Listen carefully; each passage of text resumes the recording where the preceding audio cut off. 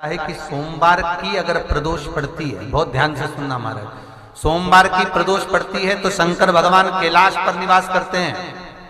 मंगलवार की प्रदोष पड़ती है तो शिव काशी में निवास करते हैं। बुधवार की प्रदोष पड़ती है तो शिव रजत भवन में निवास करते हैं।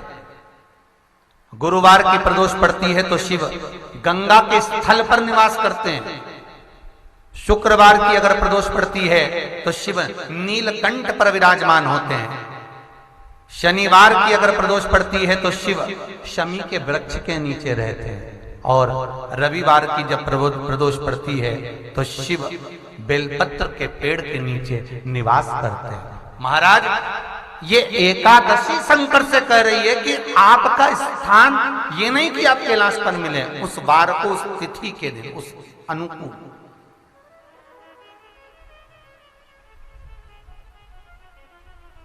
हमारे यहां कहते हैं सोमवार की जो प्रदोष पड़ती है वो इच्छा पूर्ति करती है। मंगलवार की प्रदोष रोग से मुक्ति देती है। बुधवार की प्रदोष कामना की पूर्ति करती है। गुरुवार की प्रदोष शत्रुओं का नाश करती है। शुक्रवार की प्रदोष सुख और शांति देती है। शनिवार की प्रदोष संतान का सुख देती है। और रविवार की प्रदोष जो काम दुनिया में कोई नहीं कर सकता वो अचूक फल की प्राप्ति रविवार की प्रदोष करा देती है। महाराज, ऐसी प्रदोषों का नियम वर्णन किया चाहिए। भगवान कहते ठीक है, तू थोड़ी देर खड़ी हो। एकादशी सम्मुख खड़ी हुई। पार्वती जी ने जिस अंगुष्ठ का जल पीने के लिए लिया था हाथ में, बस पीने ही वाली थी, शंकर भगवान ने वही हाथ में जल लेकर एकादशी के हाथ में उसको देकर कहा, ले, ये मेरे द्वारा निर्मित एक व्रत है जिसे त्रयोदशी के दिन तूने मांगा है, मैं तुझे देता हूं। आज इस व्रत का फल मैं तुझे प्रदान करता हूं। अब तू जिस जीवात्मा को लेकर जाएगी उसका पाप प्रबल नहीं होगा। किसी स्त्री, पुरुष, बालक, बुजुर्ग जो भी होगा जिसने प्रदोष का व्रत करा होगा, वो जीवात्मा को तू किसी फल की कामना से नहीं, स्वतः ही लेकर चली जाएगी।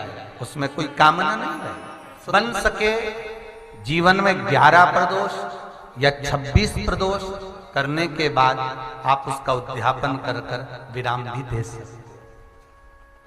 पर जीवन में एक बार प्रदोष का व्रत मौका मिले, जिस कामना से, जिस दिन का भाव आपके मन में आए कि मुझे रोग से मुक्ति पाना है तो ये प्रदोष मुझे करना है, मैं रोग मुक्ति के लिए, हम जो भी आपके मन में आ रहा है, संतान प्राप्ति के लिए शनिचरी प्रदोष, आप उसका स्मरण करें। फिर लिखा शिव महापुराण में, बड़ा सुंदर लिखा वेदव्यास जी ने, मान लो आप प्रदोष का व्रत नहीं कर सकते, आप अगर व्रत नहीं कर सकते तो प्रदोष के दिन, प्रदोष काल में शाम का समय सूर्य अस्त का कुछ पल, कुछ घड़ी के पहले से लेकर बाद तक का प्रदोष काल के अंतर्गत आप शंकर जी के मंदिर में जाकर 1 लोटा पानी, 5 बेलपत्र भी अगर समर्पित करते हैं तो संपूर्ण प्रदोष का फल आपके भाग्य में प्रबल हो जाए। शिव महापुराण में इसका